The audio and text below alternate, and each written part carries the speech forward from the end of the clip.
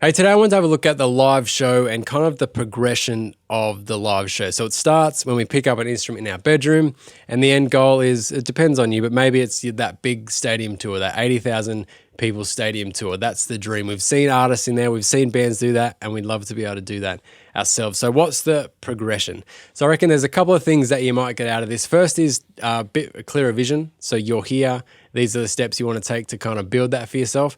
Secondly, probably more important, is to look back and see where you've come. So sometimes we can get caught up thinking, oh, I want to be there, I'm not quite where I want to be. But if we look back and see how many stages we've gone through, where we've actually come from, that can be really encouraging as well. So we're going to look at that as a progression of the live show. And along the way, like some shows will pay you money, some shows is a bit of an expense. There's kind of a build of a lot of things through the live show, but basically we want to be doing live shows as an artist, and there's a few reasons. I've written down 4 reasons I reckon we should be doing live shows. First is to let that performer out. We all, as creatives, when we're writing something, we want to get in front of people and kind of get that response, get that sort of those warm, fuzzy feelings when people enjoy the performance that we put on for them. We're all kind of performers. That's why we love music and art. The second is it's a great opportunity to build an audience. So whenever you're in front of people playing, there's an emotional connection, which I've talked about a heap on this podcast, where you can actually connect with an audience and give them a chance to connect with you. So the live show is a really, really good way. The third thing is you can start making some money. It's probably a lot more profitable when you're starting out to be doing live shows than it would be to be selling your music. So you can get paid by the venue or you can sell tickets. There's a few different ways to do it, which we'll chat about in this. So live show, you can actually make some money off it. The fourth thing is you build a reputation and you start to climb the ladder. So you do a really good show, another venue is going to notice you, you'll get a call from them, or another artist will notice you. Maybe they'll call you to go on tour with them, or you can book that festival or something. So you can begin to climb the ladder as you build your reputation by doing live shows. So that's what we're going to talk about today. Hey, I'm Craig from the Dot of That Studio. We're talking about going from musician to artist. So like I said before, it starts somewhere. It starts in the bedroom maybe, or maybe at school in the music room, or with some mates or something, where you just pick up an instrument and you think, maybe I could do this. I enjoy this. Or maybe you've seen your favorite artist live at a show or something and thought, I want to do that. So it starts somewhere, and there's nobody watching really when you start. So there's first times you're either jamming with your mates or you're playing your favorite song, something in your bedroom. You've got zero audience, and there's a step where you actually have to show somebody. So your first live performance might even be to your mum or to your mates or something like that. So there's a really sort of, there's a point where you play your music for the very first time. So that's kind of step one. Something that I know I did as a kid is you have the school performance. So if you started when you were young and in school, you've got that variety night or that school concert or that talent show or whatever, where that's the first time you kind of get up and play that show in front of all your mates and their parents, basically. And if you remember that feeling, that's nerve-wracking to think, am I any good? Or maybe, I don't know, when you're 14, you're pretty kind of cocky, so maybe you just think it's going to be awesome. I don't know. But there's that sort of moment where you actually do it for the very first time. So maybe you can remember that. We kind of move on from there to, I guess, being a musician. So we're kind of pretty far from being an artist at this point. We're just playing music. We enjoy playing music. So this might be, the progression move into here might be an open mic night. So maybe you'll go along to somewhere where there's just an opportunity for you to get up and play. Nobody's heard of you. There's zero expectation on you, really. You can just get up and do an open mic night. And that's kind of your first maybe public performance where there's people in the room that you don't know who they are. At this point, that's going to be mostly cover songs. Maybe in an open mic night, you're brave enough to play an original. I'm not sure. But from here, it kind of moves into background music. So maybe you might get a gig at a cafe or a restaurant or a pub and you're in the background. So you're not there to entertain, you're just there to create some atmosphere, some background music, and just make people in that venue feel a bit comfortable. So I think at this point, you're hired as a musician. Nobody's there to see who you are. They're there to experience the restaurant. They're there to experience the atmosphere, and you're providing that with your music. So you're a musician. So the great thing about this is the first opportunity where you could actually get paid for your music. So you might get a couple of $100 for that gig, or whatever it is. You might go for a couple of hours and maybe nobody notices you, nobody claps you or anything like that. But you're out, you're playing music, and that's a really big step. So you kind of got that background music thing. At this point, it's probably mostly covers, I think. You could chuck some originals in there to kind of test them out if you've got them. But you could get away with this whole gig just doing some of your favorite songs as covers. So from here, you might move into background music at a pub or a club or something where it's all a bit louder, the crowd's a bit more rowdy, and maybe they'll start chucking you requests. Maybe you might get claps after each song. Still, nobody's really in the room to see you. They're there to take a load off or have a good night out or whatever it is, and you're providing some sort of entertainment, but they're not really there because you're there. They're there because, well, they would have been there anyway, regardless of whether you were there. But they might start chucking requests at you. You might get a little bit of engagement.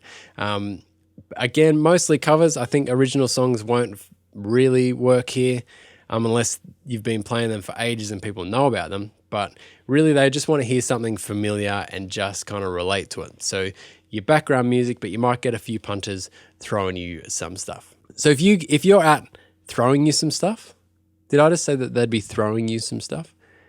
Throwing you some requests, throwing you a bit of engagement, I mean, not like tomatoes or anything like that, hopefully.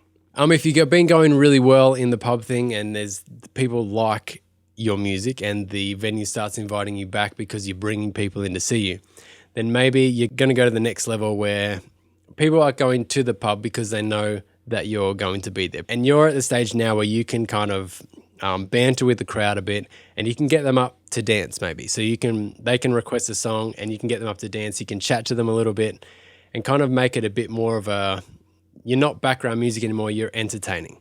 So you're making people have a good time by what you're doing. So they're kind of clapping you after each song. They're excited about you playing there. I think you're still at this point probably hired as a musician. So mainly because you're playing covers. People are there just to have a good time. It's not really a show for you as an artist. It's a show for you as a musician. But you've kind of progressed. So you start in the bedroom. You've gone through. Now people are chanting the songs that you're singing there. The venues are asking you to come back. So you're moving forward as a musician. Or maybe this could even be weddings. So maybe you're providing the music at weddings. So you've got a big role at the end there to get everybody up and dancing, to get the bride and groom happy and everyone just have a good time. And you're kind of facilitating that as a musician, singing these songs that everyone loves and everyone wants to dance to. The great thing about this whole sort of category of being a musician in venues is that you're starting to get paid. And I know a bunch of musicians around here that are full-time musicians just playing these gigs. So maybe they don't feel like an artist. Maybe you don't feel like an artist if you're playing these. Maybe thinking, I'd so much rather do shows where people want to listen to me and I get to play my originals. And that makes sense and I understand that.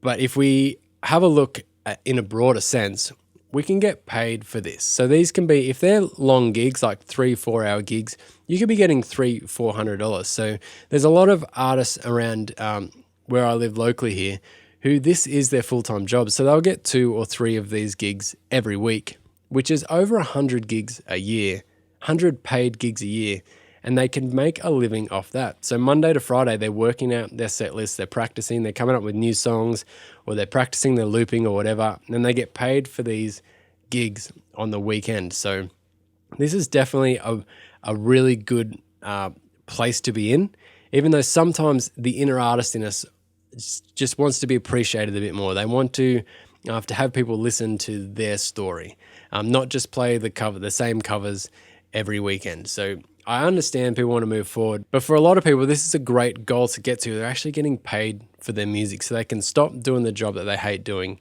and focus on music. For the next progression, we're starting to feel more like an artist. So venues are actually calling us to come and do our show because they know when we turn up, other people will turn up, and there might even be a ticket on the door. So maybe it's a $15 ticket to get in, and people are only paying that because they know who you are and they enjoy your music.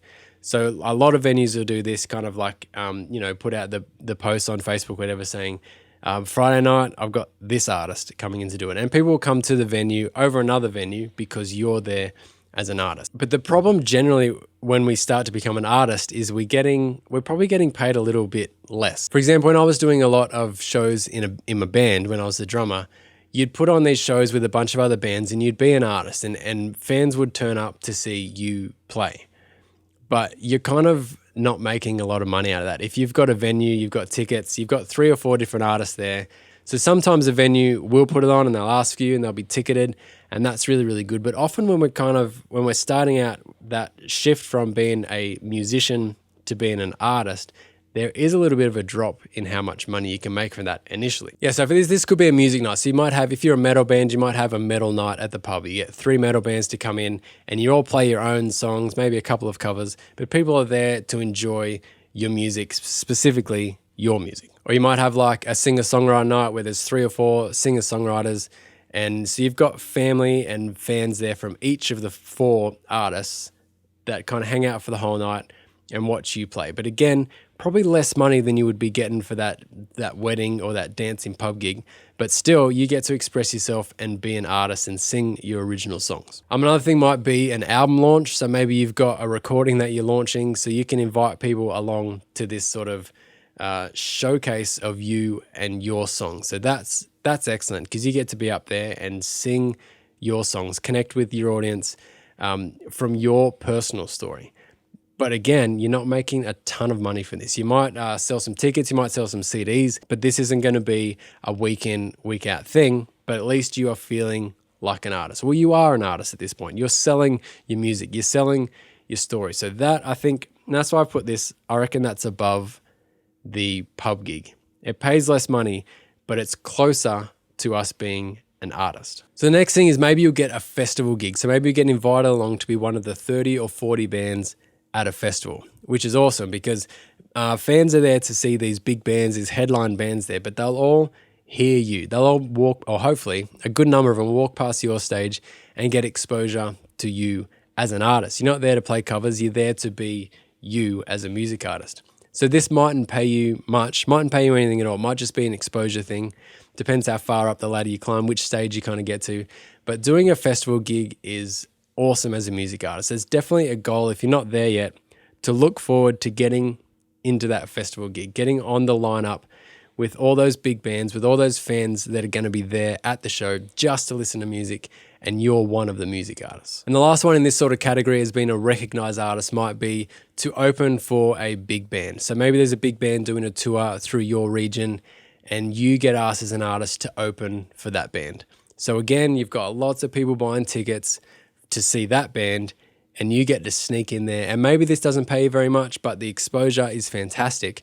You get to be in front of all their fans, and they've obviously thought your music is similar enough, so the fan base might be similar, for you to open for this main act. So that's just great, because people are there to listen to music. They've purchased tickets, they're excited to have a night of music, and you get to play for them and connect with them. And hopefully a lot of them come across your Instagram, a lot of them go to your Spotify and buy your music. But I reckon that's almost bigger than a festival, because it's more targeted audience.